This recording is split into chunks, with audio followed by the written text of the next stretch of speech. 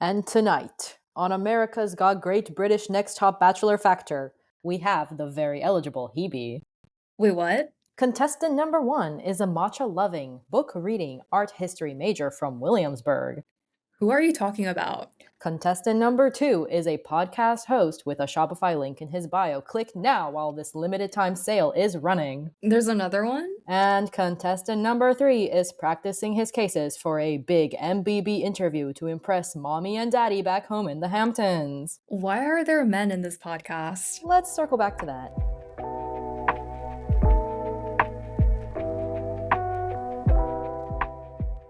I wonder if our listeners are getting whiplash from switching up from gaming episodes to dating culture and friendship.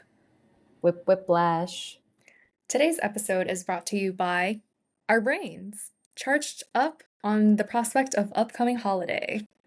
This is not a sponsorship, but we are always interested. Please pay us. Because as a reminder, this podcast is not corporate affiliated and all opinions are our own. Okay, relationships. There are a lot of them in our lives. Humans by nature are very social. So we thought, why not talk about relationships through a Gen Z marketing lens? Today's episode will cover the loneliness epidemic or crisis, dating apps, social skills, and community. It's a lot for just one episode, but we're determined. If this is your first time hearing of the loneliness crisis or the loneliness epidemic, I encourage you to crawl out from beneath the rock that you so clearly are living under, because this is very real and very serious. And I'm about to dump some information on you with sources this time. In 2023, the United States Department of Health and Human Services created a guide to combat loneliness and isolation, because these are things that can increase the risk of premature death by 26% and 29% respectively. They're both associated with lower performance at work, lower academic performance at school, and, surprisingly, even increased Medicare spending.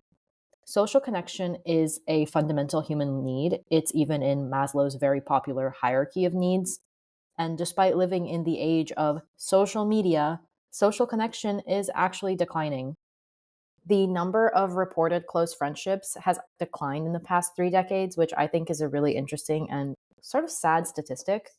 Average time alone has increased in the meantime, and simultaneously, family size and marriage rates have both been decreasing consistently. I think the biggest elephant in the room is the existence of SNS, or social networking services, which is this whole conversation on technology and connectivity. And I think maybe we could start off by just listing out the good. SNS makes it really easy to stay connected with people far and near. I think that's just the overall consensus. Yeah, I would definitely agree. As someone who has grown up moving around a lot, social media has been really key in maintaining long-term relationships, especially my close friendships.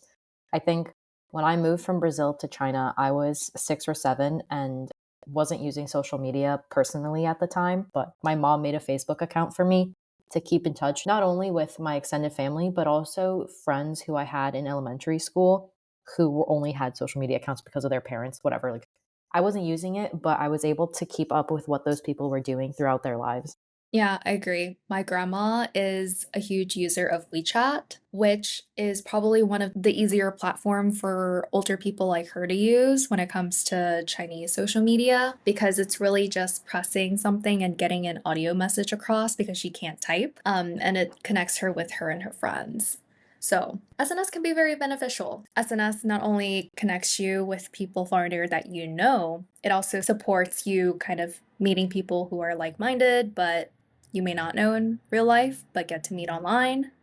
And it's also really easy and accessible in the form of entertainment. But there's also the bad part. Technology also reduces the need for synchronous and in-person interactions. Texting means you can take days to have one conversation with a friend versus a phone call or a meetup. I'm definitely guilty of this, but I'm trying really hard to get better at it, because I had a moment of realization where I was like, how is it normalized to take 48 to 72 hours to respond to a quick text message? Or like, if you've ever seen memes of that one friend who is finally online, so you have to send all of your thoughts in 2 minutes before they disappear again. I feel like it's a real shame that we've gotten so accustomed to that.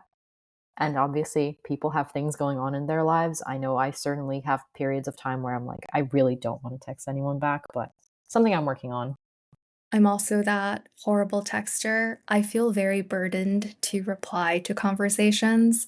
In fact, I hate text conversations that are like you that expects instant replies from me because it's, I don't know, very taxing for some reason. And technology is that, I guess, feeling where if you've gotten your dose of friendship from text or call or IG, Instagram DM, then you might not take the effort to see them in person. And then there's also broader issues such as how it affects your attention span, self esteem, among other things, which can have cascading effects for connectivity. It can be online echo chambers that can amplify toxic traits and behavior.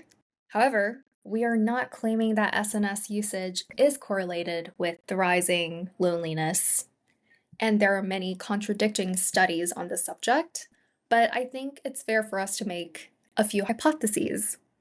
I think it has to do with intent of SNS usage. I'm sure everyone at this point has social media, and some of us are okay, some of us aren't. And I also think it might be the fact that we just don't have in person social skills to make the online relationships come true because we're more well versed in online interactions, pointing to previous episodes where we talk about how Gen Z is very much digitally native. I'm definitely better at chatting remotely via text than I am on in person calls. And I'm going to be someone who blames the pandemic for that because oh my god, sometimes I just be saying things and it's like shut up.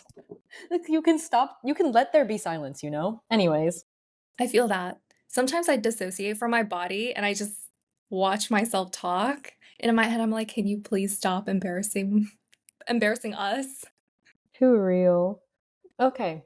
For most people, social media is this place where they can show only the highlight reel of their lives. A lot of the times, friend groups or social events go viral online, and that can create feelings of FOMO or negative comparison when you feel like your life isn't as good or as cool or as social as what you see online, even if you know that people aren't showing their test failures or their unemployment or family drama, etc. Oversharing in that sense is quote unquote bad, but flexing is good. So it becomes kind of this annoying contradiction where you have to curate everything, but you have to be real, but you can't be too real. You know, Be Real, the app, no one's real on Be Real. It's like having an idealized social experience. And you know what I find really ironic? Allowing people to follow you, but having to gatekeep some content from them by using close friends option. And I know this is very common on Instagram. We all have a close friends list. Personally, I have a private Instagram account, but I also cleansed more than 400 random people I don't know and somehow followed throughout the years. Yet I still use close friends option for certain Instagram stories.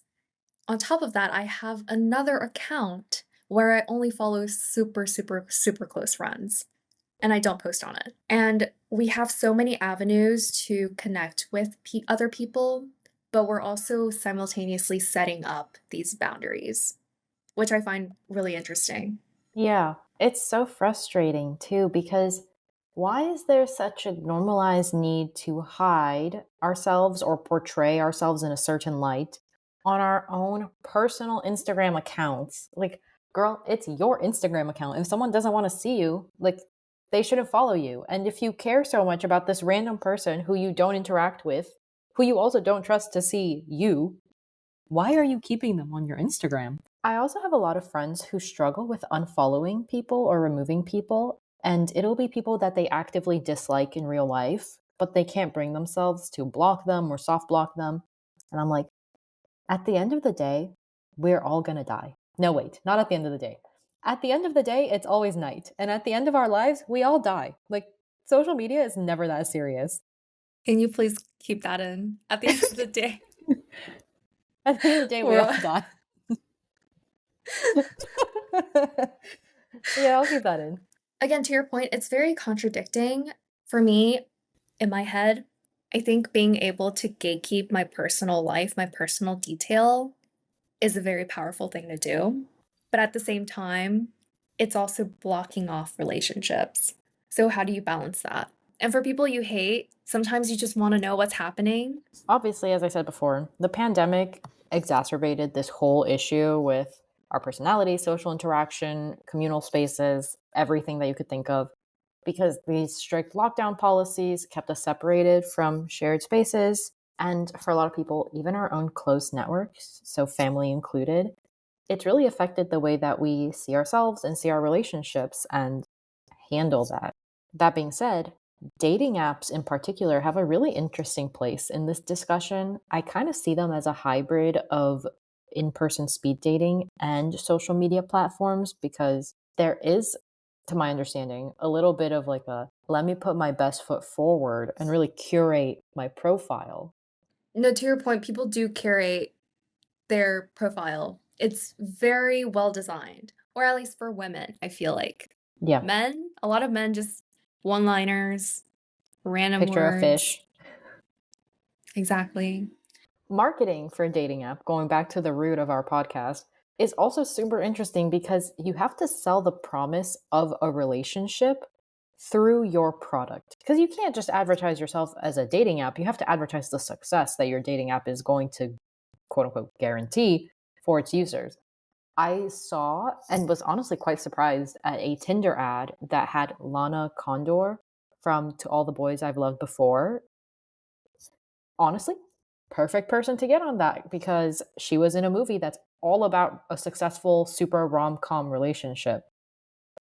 Bumble and Hinge, please correct me if I'm wrong, but I definitely feel like they were created more with a female oriented or at least female led audience in mind, if that makes sense. I agree. They are.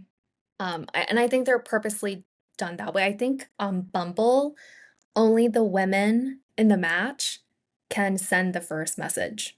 Maybe we need to fact check this. I think there's a dating app that's like that. So if it's not Bumble, then it's something else. Hmm. And I agree with you when you mention how dating apps sell you the promise of relationship, especially like an idealized, romanticized relationship. A couple months ago, or a couple weeks ago, I was on the 7th train in New York City, and I think it was a Hinge campaign plastered on top of the car carriage, whatever. And it was Bumble or Hinge experiences written in almost like a romance story style. I thought it was really cute because it was like written in third person perspective, the way that rom com books are written. So it really makes you think that, yeah, they're selling you this idealized romance because a lot of women read rom coms to fulfill that need. Bumble in particular, and again, I could totally be wrong because I wasn't really part of this sphere, but I think Bumble does a lot of activations on college campuses and partners with college students to be their ambassadors. And I don't quite know what they do, but I've seen, even in the Chicago area, I've seen invites to Bumble parties, and you wear a shirt with your intended relationship status or what you're looking for to try to almost speed date other college students. So it's a cute idea that brings people together in a physical space, even though your app is a digital service. But a lot to be learned from and a lot to explore on these dating apps and their marketing campaigns. You just reminded me that a lot of college students, their startup idea would be dating apps. I can name a few from the top of my mind. And even in college, there are maybe like activities that you can sign up to be in, like marriage packs. I was about to ask if you guys had a marriage pact. Have you ever We heard of a did. successful story? No, no. How do those algorithms even work? I don't know. You just answer like a whole bunch of questions and they match you with someone. But yeah, pen marriage pack is a big thing. Should we continue? Yes, let's continue.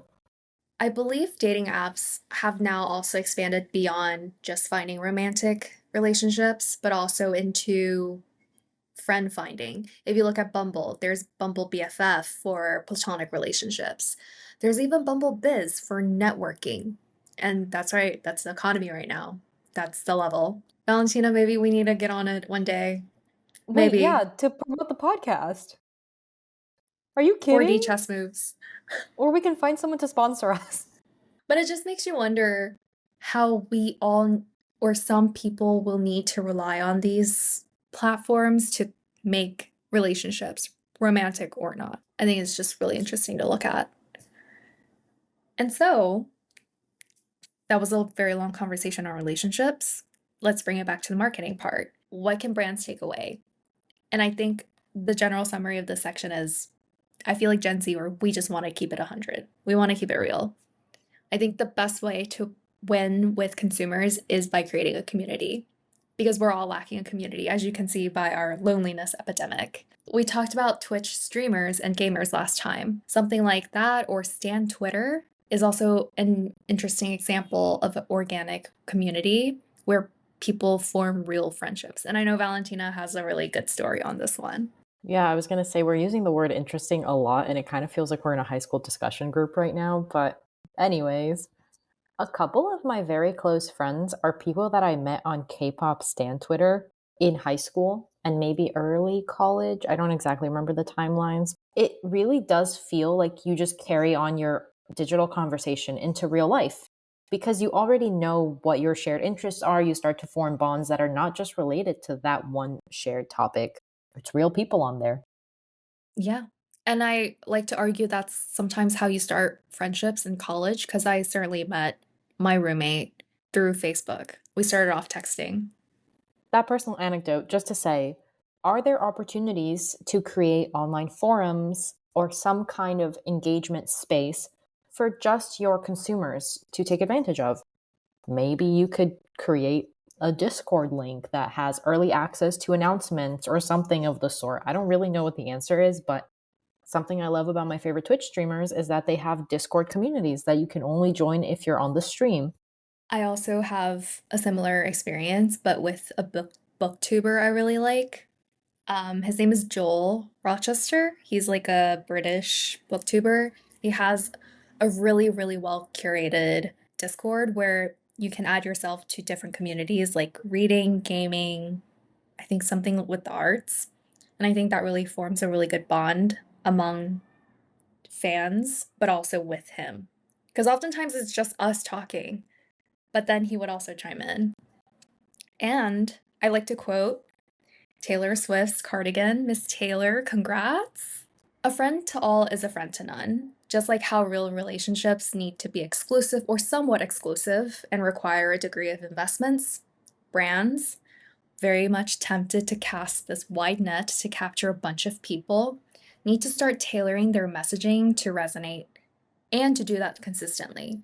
You can't just be flaky and then call it a community. Speak your truth, Queen. I love that. I think something else, and tying it back to the overall theme that Hebe introduced, people don't always want perfection. Sometimes they just want something real. And also, by people and they, I mean us, I mean your consumers, I mean probably the people running your brands. Yeah, you can't just throw in aspirational quotes because it doesn't work every time and for everyone, unfortunately. Like if you look at Duolingo, I'm pretty sure their marketing sometimes centers around calling people out for not studying. Like they know.